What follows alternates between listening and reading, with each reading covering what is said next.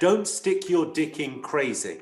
Yeah, I'm related to my wife because I'm married to her. I think we can still bang, right? I don't know if you've been online, but there's a lot of stuff with stepsisters going on. There's a lot of stuff. More stuff than you would think. Hello, I'm Jimmy Carr, and today I'm going to be your agony uncle for It's Gone Viral. So, I mean, if you have a problem that has gone viral, get in touch and I'll tell you what antibiotics to take.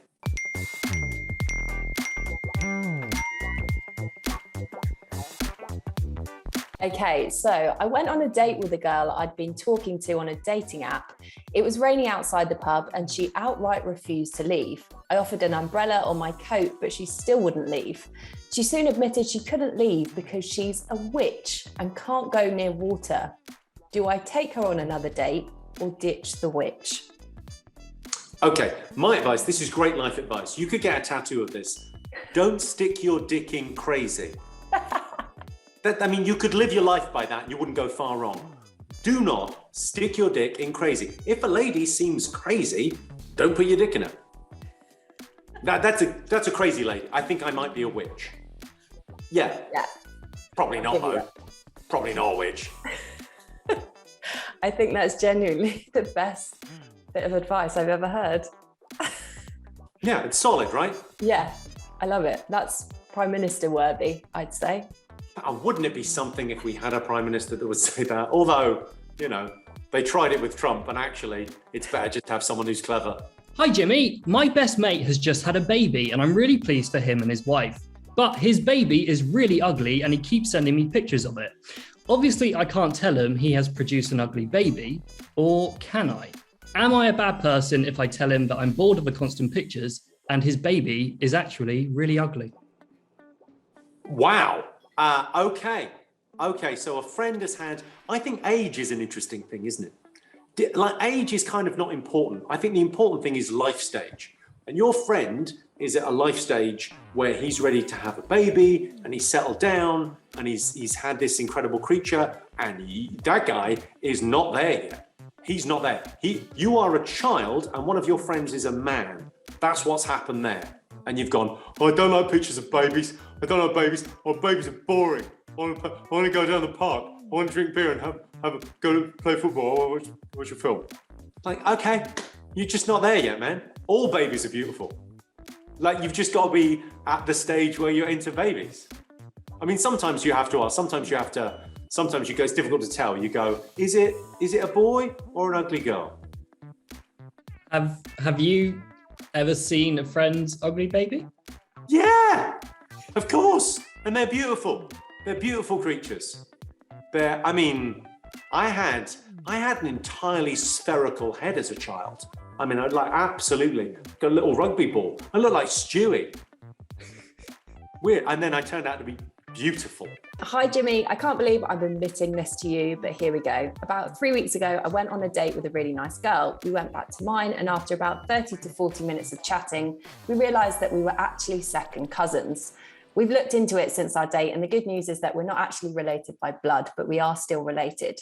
We've both admitted that we like each other and speak every day, but we are still related. What shall we do? Give it a shot or just call it a day?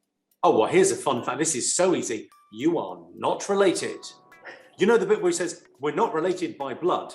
Well, that's how being related works. What are you related through? Nothing. Nothing at all. Related through marriage and stuff though, can't you? Yeah, I'm related to my wife because I'm married to her. I think we can still bang, right? So, he's got literally there isn't a problem here. Second cousins as well second cousins, if you're related, horrific, actually worse than first cousins from a biological point of view.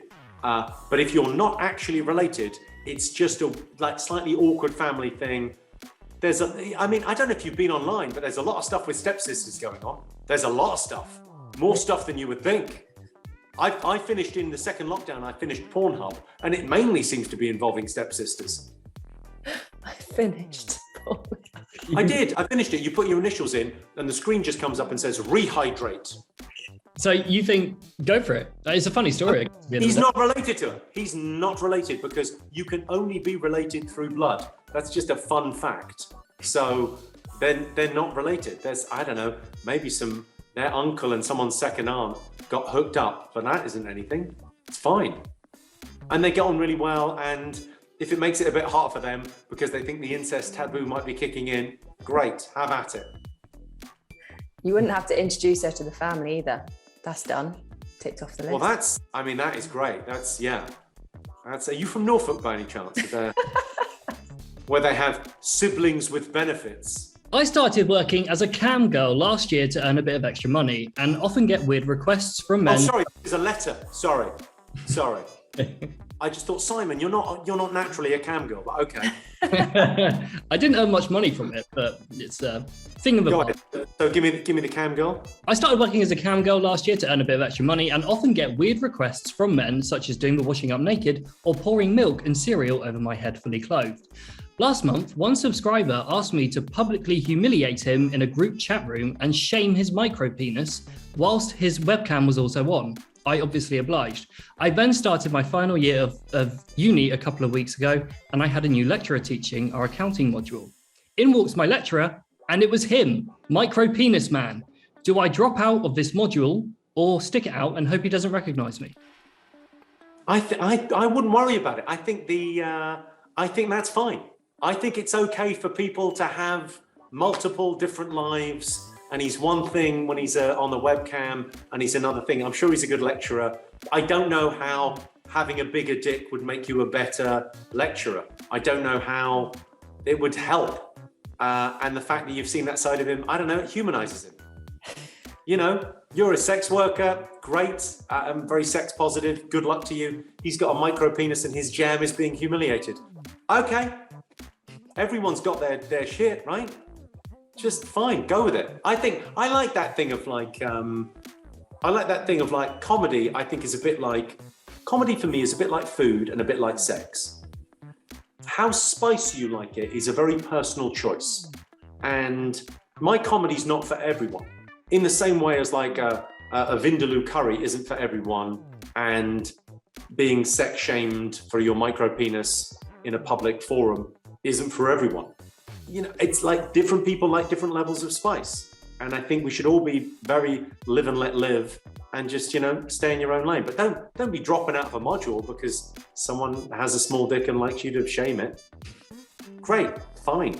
I'm fine with that guy having that kink. I'm fine with his physicality, whatever that is. If he's got a micro penis, okay, that's I'm sure you get your kick somehow, great.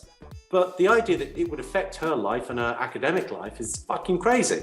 I think this is quite perfect for you. Hi, Jimmy. Last year, my son decided he wanted to give stand-up a go. And since the world has started to open up again, he's been doing some sets. I've seen him 3 times now, and every time I've seen him perform, he's died up there. Should I say anything to him, or should I just keep quiet? I'm really proud of him for trying stand-up, but it's not nice seeing him bomb all the time. What should I do? This is Simon's mum. His mum. Oh God, can I show that on screen? No, I know Simon's mum, and she's a hell of a woman, but she's got appetites.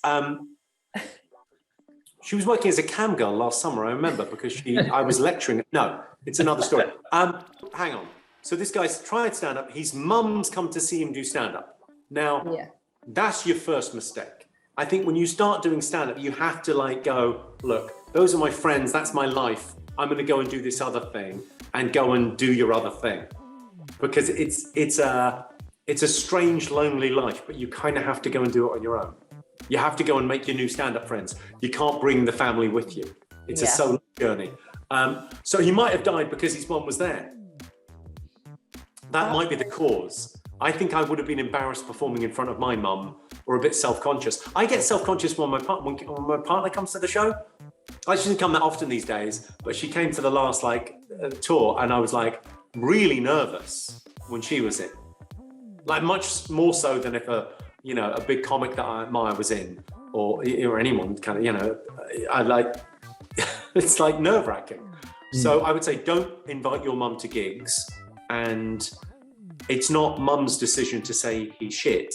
Because as I just said, the spicy food, the kinky sex, the sense of humor. It's your sense. I'd be surprised if your sense of humor was exactly the same as your mum's, right? You're going to have your own sense of humor. It's your own personal thing. Go and, it's okay if your mum doesn't think you're funny. As long as you find your audience, someone will find you funny.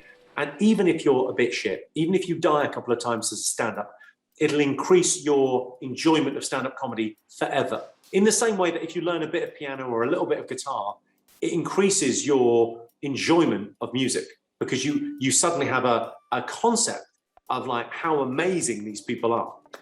I basically said I'm amazing at comedy there. In quite a subtle way. My mum will be thrilled. Jimmy, was there anyone in particular when you were starting out who really helped you sort of find your voice?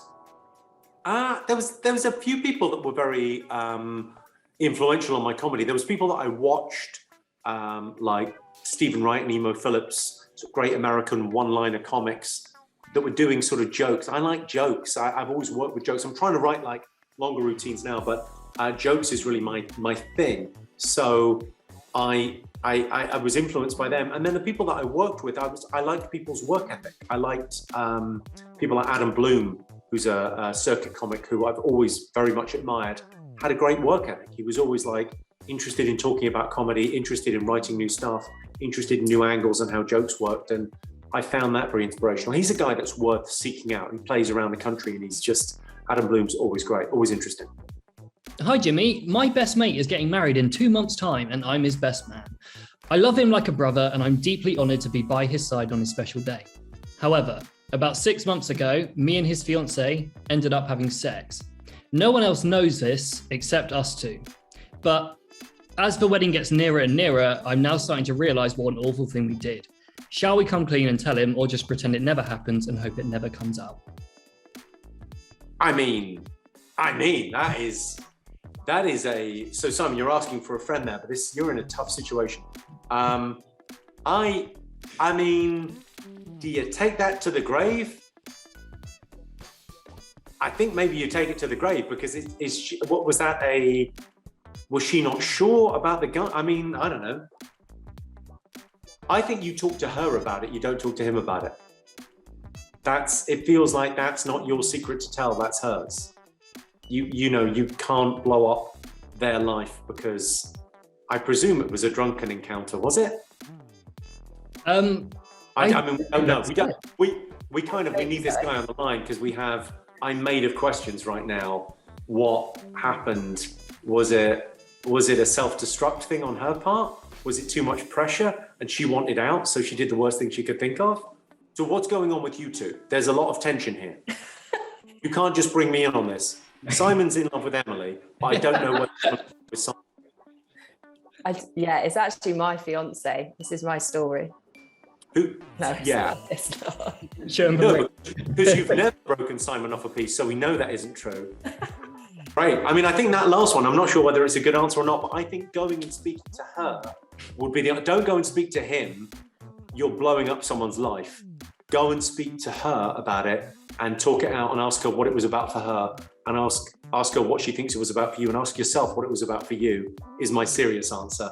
Because I think if you guys work it out and just go, well, that was just a thing that happened in a one-off and actually you're going to be very happy with that guy for the rest of your life, then fine. He doesn't need to know. And if it's actually the manifestation of a deep-seated worry that you don't want to be with that guy, you want to be with someone else, then fine, tell him blow up his life because it's not going to work. Listen, I tell you what, you can have me back to be an Agony Uncle anytime you want. I thoroughly enjoyed this. I would do it again in a heartbeat. If you want to do it again, please get in touch. I'll do it again. I loved it. Seriously, if you want to get in touch, I would do that again. I really enjoyed that. That's amazing. Thank you so much, Jimmy. We 100% will be. And we've got that on camera. So that's amazing. Oh, and for God's sake, plug the fucking book. Hey, what's going on? I'm Kevin Hart. Hi, my name's Eric Stonestreet. Hi, I'm Margot. I'm Journey. I'm James McAvoy. I'm Daniel Radcliffe. I'm Rebel Wilson. I'm Jeremy Clarkson. I'm going to be translating some Scottish tweets for It's Gone Viral. On It's Gone Viral. Ooh. On It's Gone Viral.